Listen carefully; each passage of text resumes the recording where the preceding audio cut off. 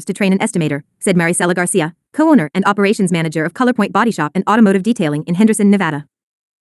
ColorPoint has been in business for more than 20 years and started obtaining manufacturer certifications a few years ago, owner Edgar Flores said.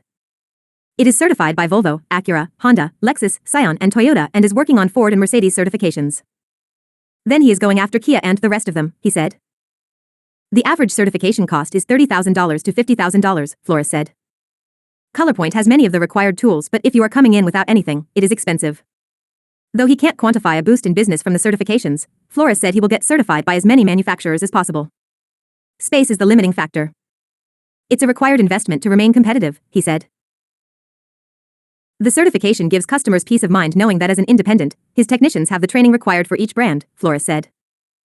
I have 3 or 4 body shops close to me, he said. I needed to be as far away from them as possible, not location-wise but certification-wise. Why would this customer come to me, instead? Scroll to continue. Title: Vancouver Auto Show boss Tesla's removal and whether it's welcome back. Content. Following weeks of worsening vandalism at Tesla dealerships across North America and threats of violence accompanying expected on-site demonstrations, Vancouver International Auto Show Executive Director Eric Nickel made what he described as the hardest decision of his career. On March 18, a day before the show got underway, Nickel and the show's board removed Tesla from the event. The decision, Nickel said, was solely about the safety of attendees and exhibitors, with no amount of on-site security guaranteed to prevent potential incidents with demonstrators armed with spray cans or hammers. I wouldn't want anybody having to deal with that. The only way to eliminate that potential threat was to not have them on site. The move followed several other high-profile setbacks for Tesla, including in British Columbia, where the provincial government made company products ineligible for rebate programs amid Canada's ongoing tariff fight with the United States. Tesla CEO Elon Musk is closely affiliated with U.S. President Donald Trump, who has repeatedly threatened to annex Canada as the 51st U.S. state. Mirroring Trump's rhetoric, in a February post on X, formerly Twitter, Musk said Canada is not a real country. The post was later deleted. In this episode of the Ally All Ears podcast, host Emma Hancock interviews Kelly Olson, Senior Director of Operations for Smart Auction at Ally Financial, about the importance of quality control in online wholesale auctions. Olson discusses advancements in online auction platforms, highlighting the importance of detailed condition reports, AI technology for damage detection, and the evolving incorporation of electric vehicle information. All aimed at building trust and reliability for dealers purchasing pre-owned inventory. Elon Musk says Doge's role is costing him as Tesla shares slump. But unlike such moves in BC and other provinces, Tesla's removal from the show had no political element, Nickel said.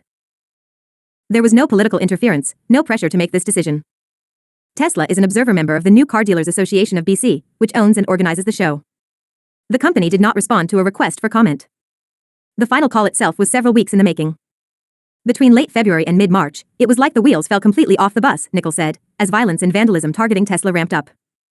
On March 10, Nickel said his team began to engage with Tesla, offering an opportunity to withdraw to preserve safety. Then we had the second conversation. Then we had the third conversation. And by the time we got to the third one, we're seeing escalating violence and damage in Las Vegas and Seattle, and then in Nanaimo, BC, where a handful of superchargers were suspiciously destroyed. The company did not take the exit ramp offered and had its full lineup of vehicles set up on 2,300 square feet, 215 square meters, of floor space at the show when organizers pulled the plug.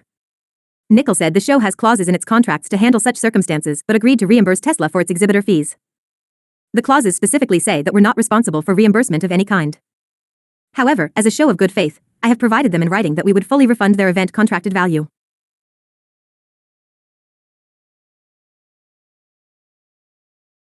With Tesla on the sidelines, the Vancouver show went off without a hitch, setting an overall attendance record of 138,773 visitors over its 5-day run. Along with a slew of new features, Nickel credited the show's success to the return of a range of automakers, such as Kia, Hyundai, Subaru, and Volvo. Despite the tense lead-up to this year's show and the ultimate decision to force Tesla out, Nickel is gunning to get the EV maker back on the exhibitor list next year. If there is no escalating situations that would create a safety concern, we would welcome them back, and I'm hoping that we can have them back. They are a pioneer in the EV manufacturing space and they have a vehicle that consumers want to see. We just need to do it safely. How much tempers cool by next year remains to be seen. Tesla continues to serve as a lightning rod for criticism of Musk and wider U.S. policy both within the United States and worldwide. Protests outside Tesla showrooms were held March 29 in hundreds of cities globally, including more than a half dozen in Canada.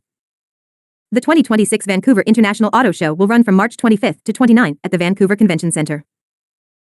Title: BYD has another blockbuster quarter in China as Tesla flounders.